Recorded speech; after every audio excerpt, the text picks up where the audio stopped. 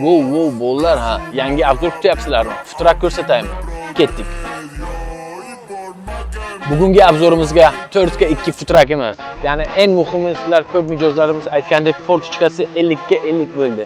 Katta qilib ber deganlarga mana marhamat.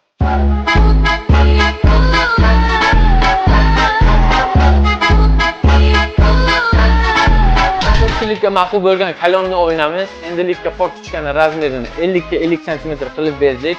Qalinligi kalonni o'ynamizmi 1 sm. Двойной защита qo'yganmiz. Ya'ni eng muhimi futrakimizning ichiga ko'rsatsak agar elektromontaj ko'rganingizdek полностью внутренний bo'lgan. Ya'ni eng muhimi yevromontaj qilingan. Nima degani har bitta rozetka avtomatli alohida ketgan. Sizlar ko'rgandek mebel, vitrina, stoleshniy hamma narsa qilingan, rakrinalar ham bor. Eng muhimi ya'ni bu futrakning orqa tomonida.